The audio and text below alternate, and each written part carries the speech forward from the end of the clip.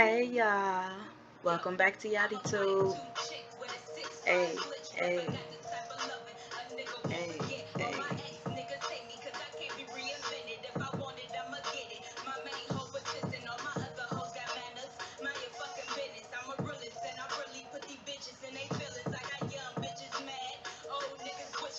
How everybody doing today? Hey, hey, hey. I don't play with beginners. I'm a winner. I can open doors like a press. Slow down. Hey, I get thick checks. I don't milk. I cream. Hey, how's everybody doing today? How's everybody doing today? Welcome back to Yaddi-Tube. It's going to be a beautiful sunny day. Your girl birthday is in 3 days on a Saturday, July 23rd. Yes, yes, yes. And it's Wednesday. I have absolutely nothing planned for my birthday. I won't even hold you all. I don't know what I'm going to do, where I'm going to go. But what I do know is that I bet none of my brothers or my sisters are going to come and see me. No shade, no tea. This is all truth. I came today with a topic that I don't know. I don't know how it's gonna go, how people gonna take it. Don't care. But I thought that it might be healthy for me to talk about it, for the sake of other kids, adults, unhealed people, with childhood trauma, for those type of people. So on that note, let's light our peace candle so that we can keep that bad energy out of here.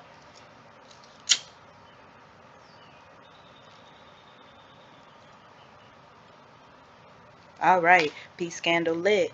Today we are here. We're gonna talk about we gonna talk about sibling abandonment.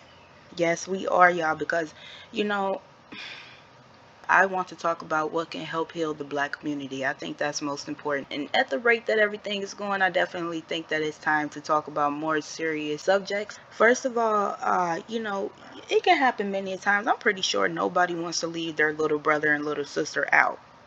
I'm pretty sure nobody wants to leave the chance of knowing their nieces, nephews, all that stuff. I'm pretty sure nobody wants to miss that. So, me personally, I was adopted, and I was estranged from my siblings. I never got the chance to really hang out with them, and we never really got the chance to sit down and talk. I would see them maybe every couple of summers.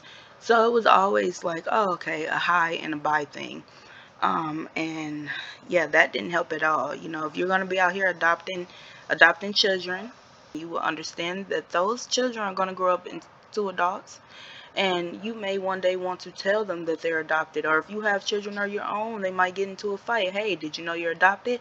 That question comes up. It's very important to allow the adopted child to know their own bloodline. I understand if the mother, maybe she has other children. Maybe she has her family didn't want the child to be adopted. Maybe they'll be interested in getting to know the child, but always keep an open mind about actually, being prepared to one day allow that child to know their own bloodline. That is very important. That plays a big part in sibling abandonment, or the child growing up as an only child, and by the time they get older and realize, hey, I have 7 siblings, it's a little bit too late, and it's not on their fault, but it can on their fault. What is going on today, y'all? I'm a little nervous because this is my first time actually talking about this, but it is what it is. Let's keep going.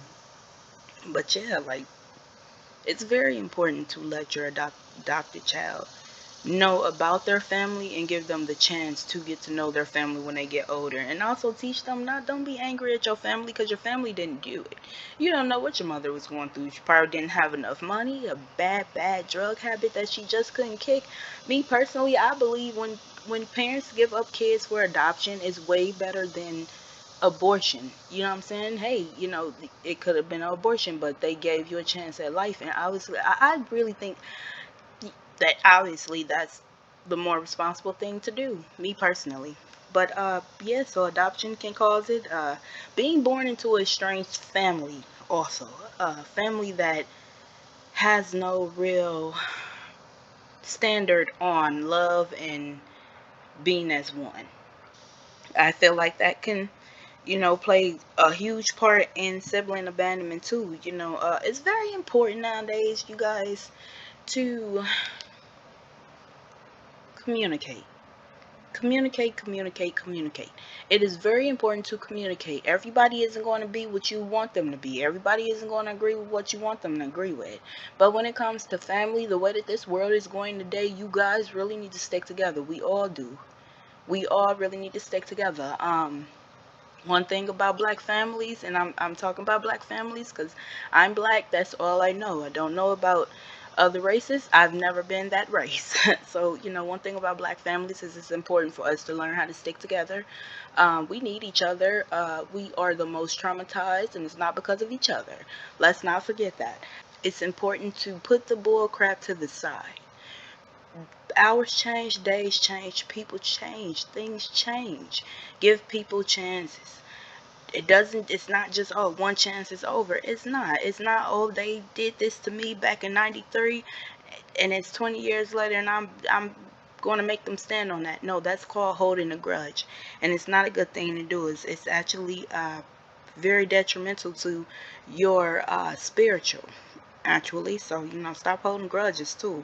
That's family not getting along. That doesn't help.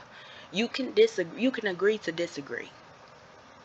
You can agree that you and that person do not have the same um, aura or, vibe. Chakras are different, whatever you want to call it. You can agree to that without it becoming, oh, I'm never going to speak to you again. I never want to see you again. That's not healthy. And it lingers. It lingers down to the point, you may be dead and gone, and your generation, future generations are still dealing with that energy. Energy is real. It is very much real, and it's very important that we take into accountability how other people feel more than we do, because nowadays, hey, we're very selfish. Period. Um, Family trauma can also cause sibling abandonment. Watch your children. Watch your children. Watch who you have your children around. Watch what's going on with your children. I'm not going to get too deep into that part because what's understood does not need to be explained, hopefully. If it does, look a little deeper into it. But family trauma can cause siblings to detour from each other, basically. I had some family trauma with one of my siblings who I still to this day, if I was in the same room with them, I'm not comfortable. I get anxious, I get shaky, and I'm a very bold, hard, stern person. So it's very important to watch your kids, watch your family, watch whoever you have around, and ask them questions at all times, because it's very important to know how your child feels.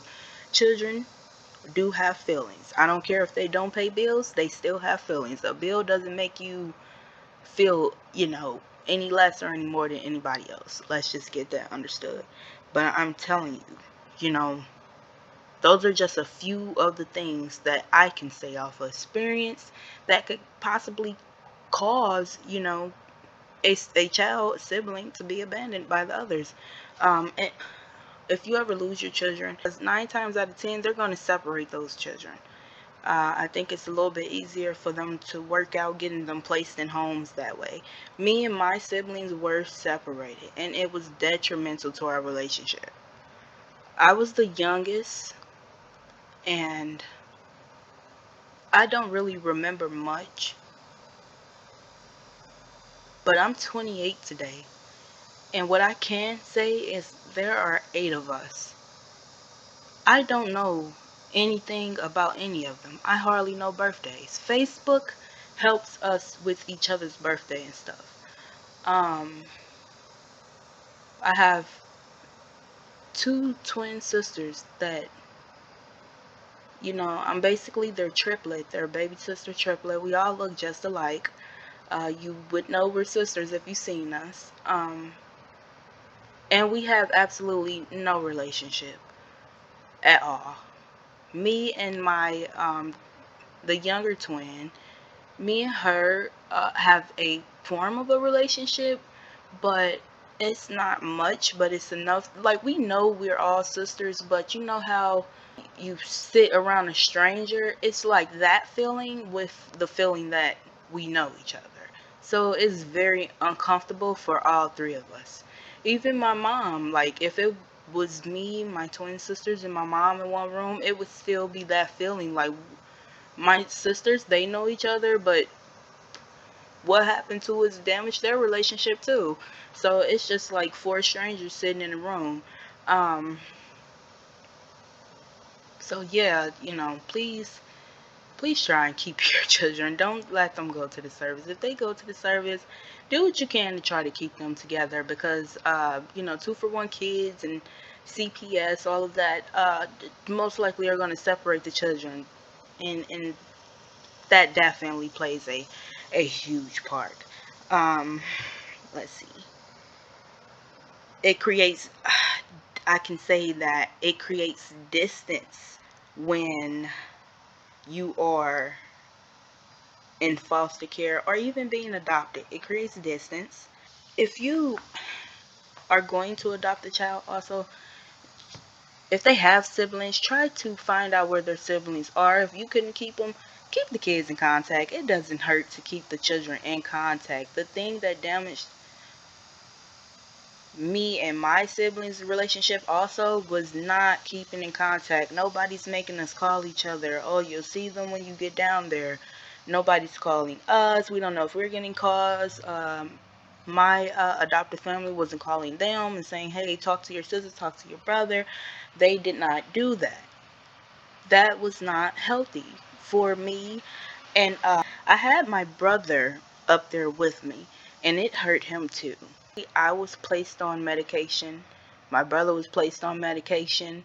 We went through therapy. It got bad. Like, it was bad to the point to where I was even placed in a mental health facility for a while. I had nobody to call, nobody to run to. I did not know none of my family. I did not know any of my brothers or sisters. I knew my brother who was there with me. And that was based off the fact that my adoptive family adopted him too. So at least we got to be together. And but the sad part of not being able to, not having anybody have us keep in contact with our siblings, is my adoptive family was family too. So it was just a lot of wacky stuff that was going on.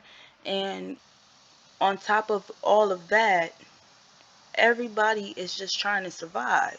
I don't know what my brothers and sisters went through when I left the state. I have no idea, because I think that I was 5 when I was adopted. I had a loving foster family that I actually still to this day wish they would have just left me with. That my foster family had it to where I had a form of relationship with my siblings and my family, which is why I don't understand why when I got adopted by my own family, they lived in a whole nother state from where I was from. So, I had to catch a plane and everything. So, I don't understand why they didn't keep me in contact with my family.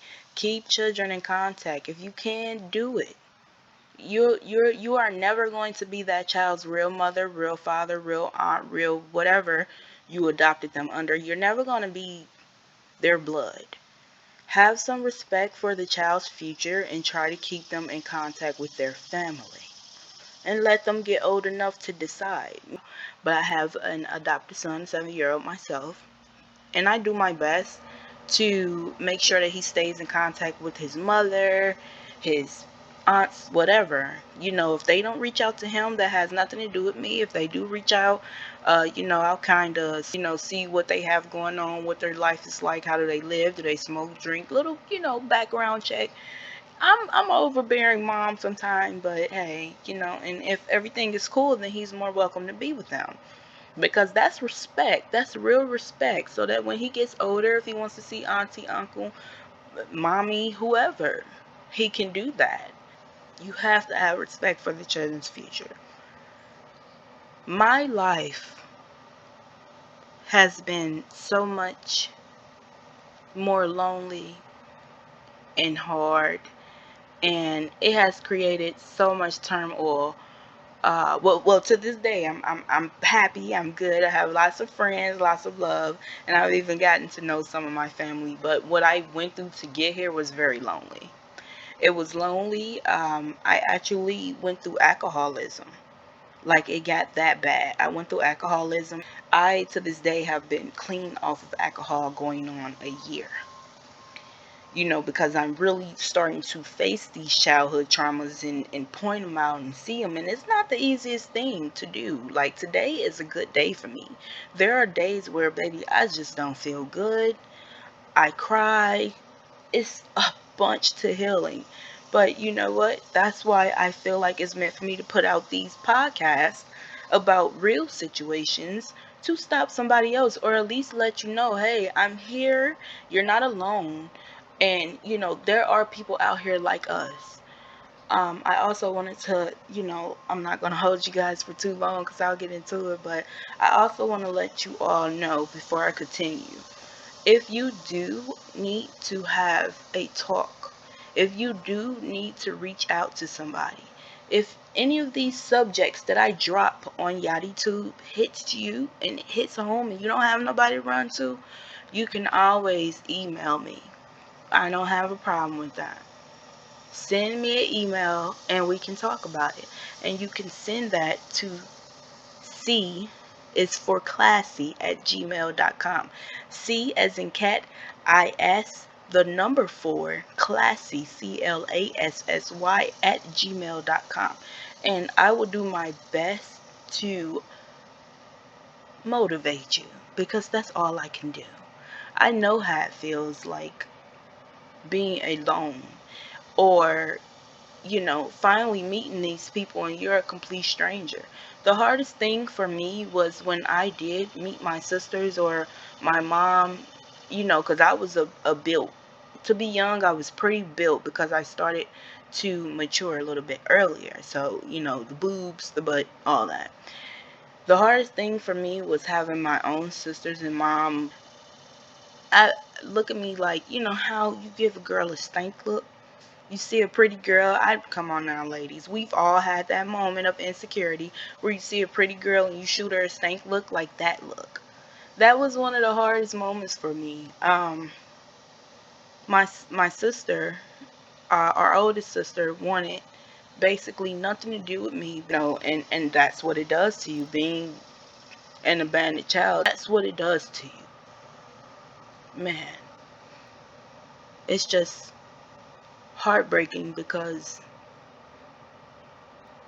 this is the reality. It's not there are not just deadbeat fathers, deadbeat moms, and I can't even call my brothers and sisters deadbeat siblings because of the fact we all were abandoned. And I have another brother who was born before me. We both take it hard, but he's a man, so he has to cover it up. But I can see with the maneuver, when it comes to life and the heavy grind, I just see so many things in my siblings that help me to understand them instead of being upset when my birthday comes and they don't show, or Christmas comes and nobody can. Like, literally, there I have 2 sisters, 4 brothers, and when I tell you, I was in the hospital last year, I think, and I stayed in there for a while. Nobody came to visit me at all. When I gave birth to my baby, nobody came to the hospital to see me. My daughter is 3, and my siblings have only seen her once, maybe twice. Now, I have one brother who is always around, so he's seen her a lot. But everybody else, because, hey, they don't know me, they haven't had the chance. Hey, I live in the same state as them now, so that's painful too, because it's like, I'm right here. I want to encourage you all. I do, even if that means me throwing myself on the line under the bus. God has sent me so much love, so many new sisters, so many new brothers in Christ, and I have never been more loved. And you will be next. You're not alone. You know, it still hurts me. And it's always going to hurt because you will always wonder what if for the rest of your life. That's the most painful thing. That and seeing my family side with all the cousins and stuff and pictures and nobody invited me. I remember one time my dad, my adoptive dad, came down to visit because his sister had passed away. And everybody went to dinner. All my siblings went to dinner and was waiting on my dad, but nobody called me. Nobody called. They didn't call me and invite me. Why? I cannot imagine why. Pissed me off, hurt my feelings because I had no clue that this was going on. But you know what my dad did for me? He let them go. He let them go to the restaurant and he stayed with me and let their ass keep calling. And when they did call, he made them talk to me. I appreciate my dad for that. I think that he understands certain mistakes that he did make, and I think he understands from when he comes to see me that when he sees me alone, he understands how the mistakes he made by not keeping me in communication affected me, and he's there for me. So I thank you all for coming through the Yaddi-Tube. I hope you have a blessed day. I love you if nobody else loves you, sweetheart. What the world can't do for you, baby, God will always do. Will always do. And you keep your head up and you stay strong. This is Yaddi-Tube. I don't know. I don't know. I wanted to like name, like I'm thinking of naming these sections like healing house. I don't know. I might just put it on there anyways, but we shall see. Thank you for coming through. You all have a blessed day. Bye.